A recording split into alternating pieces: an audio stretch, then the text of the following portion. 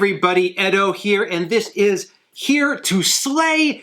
This is an interesting story because this is from the folks that did Unstable Unicorns, and that game was a huge Kickstarter hit, but then a really great game that my kids really enjoyed. We got all the different extra deluxe edition and all the packs, and in fact, I think I did a review of that game, which is one of my high-performing reviews, just in terms of number of people have seen it. So it's a very popular game, and there was a Kickstarter for this. It killed it, I'm sure. I didn't dive into it, and then my wife just saw it, recognized Unstable Unicorns, and was like, "We're going to pick it up." So she bought it, and so I had an idea of what it was from like remembering the Kickstarter, but just jumped in to check it out, and this game absolutely succeeds and fails in the same way that Unstable Unicorns did. And I mean, I actually like it, but let me tell you about it. So first, if you're not familiar, one of the things that are characteristic of Unstable Unicorn is just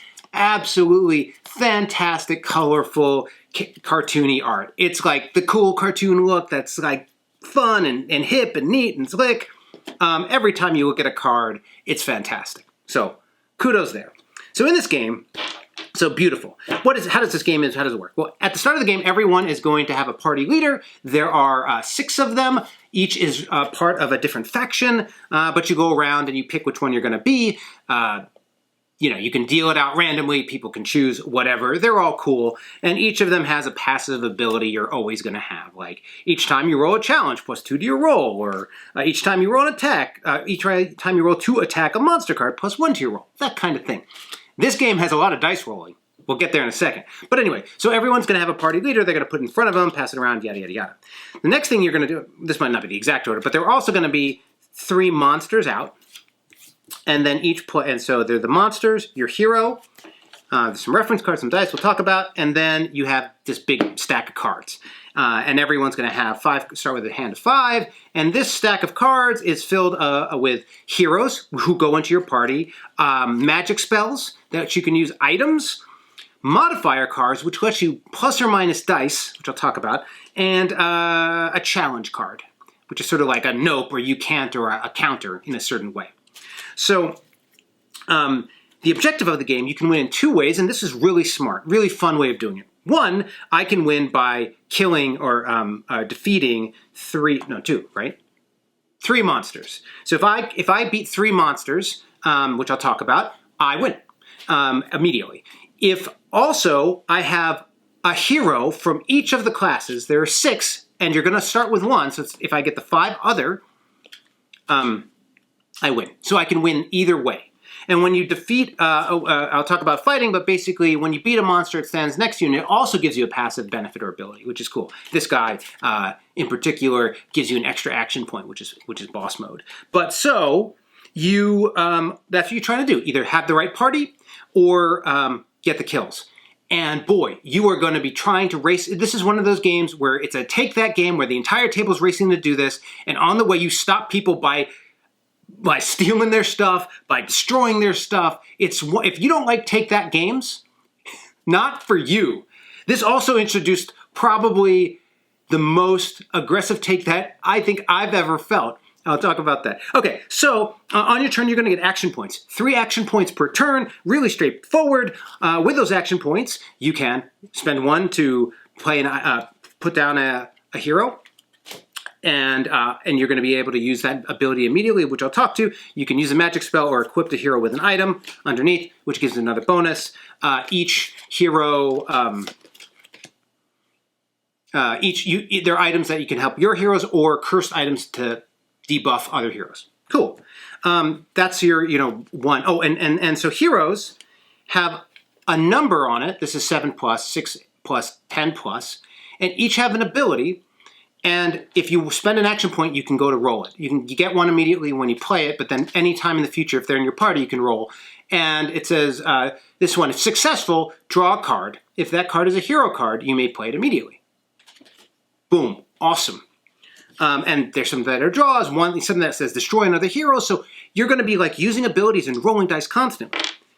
Those modifier cards, as I mentioned, wherever one is, man, there's a ton of them. Okay. These let you buff dice. So I wanted a 7, I get a 6, I could go +2. But the other thing you can do is you can play modifiers on other people's rolls, whatever they're doing, whether you're involved or not. Oh, you're gonna go try to beat that monster? I'm gonna give you -2. Like, take that of making you rolled 6 and 6, you hit 12, you got it. Oh, I use my -4 modifier on you is really intense. Really a lot of energy at the table for sure. One action, that stuff. Modifiers are free. Second action, if you spend 2 actions, you can also draw a card for 1 action, so you don't refill your hand normally, you just draw a card. 2 is how you attack the monsters.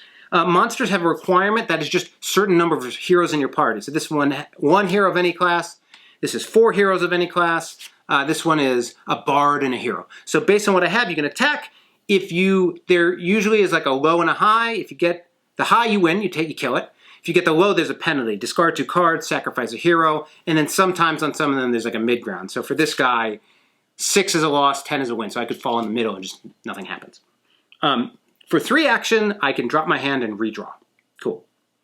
That's it. That's the game. You're going around, racing around the table. Oh, the challenge cards.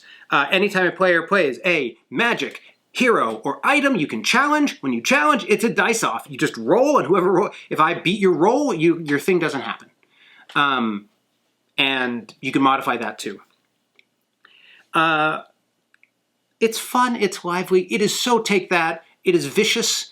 You are like, it's all about who gets in the lead and how the entire table tears them down. And like, if you don't like, very unstable unicorns, if you don't like that, you're not gonna like this game. But if you're willing to be like, that's cool, my kids aren't gonna like hate each other forever, I think it works.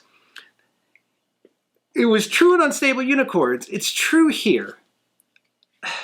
And I don't know the solution. So one of the things in this series of games is like, all these cards, tons of cards, they're all different. They all have unique abilities, some of which are like really interesting, some of which are just like slightly different. But the unique abilities and all of the text under the abilities is tiny and not short. Like, so small. And so what ends up happening is maybe at some point you play this game 100 times and you know what every card does, but like, I don't know. We played it a number of times. Like, I wasn't remembering what things did. You remember how things work, but like, or maybe a particular hero, but there's just so many. And so like, so much of it is you cannot read the cards across the table. Impossible. So basically the way we were playing it was like each person put it out and be like, can you please describe what that card does when you play it, or we're going to have to reach across. Most games would try to use some iconography. I guess the problem here is I think the font is not unnecessarily small. I know if it was bigger, it would take away, and I'm sure there's some extra. I just think there's lots of buffer and bleed on these cards. Unnecessarily small, and maybe there would be a way to do iconography or some other solutions. Like, the cards tell you exactly what to do. I like that a lot, but it just makes it hard. And if this was like a very, a game that wasn't, whatever it says here, 10 plus, right?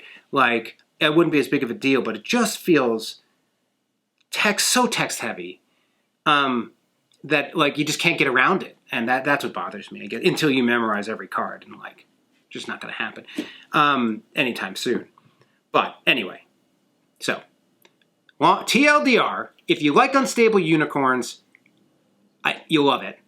I think that the introduction of dice rolls makes it a lot swingier. It's got that awesome die roll moment. The modifiers help, but like, there was a game, I won on a roll, like I just said I'm going to go for it, and I got a high enough roll, no one could stop me. That's all part of the game, but like, it does add dice rolling. Significant amount of dice rolling. I like it better than Unstable Unicorns with the introduction of the monsters. It's like, that was all of this gameplay was in Unstable Unicorns, but like, for some reason for me it was a little less focused. This game feels a little more focused, which I appreciate. You're gonna love or hate the die rolls. I suspect that my kid is gonna like quickly take this and take it to school, and I'll never see it again. Because that's what happened with Unstable Unicorns. So anyway, here to slay. Hey everybody, Edo here, and thanks for watching Gaming with Edo. reviews over here on this playlist, League and Insider videos over here on this one. Subscribe, share, all that good stuff. But most importantly, play some great games. Thanks.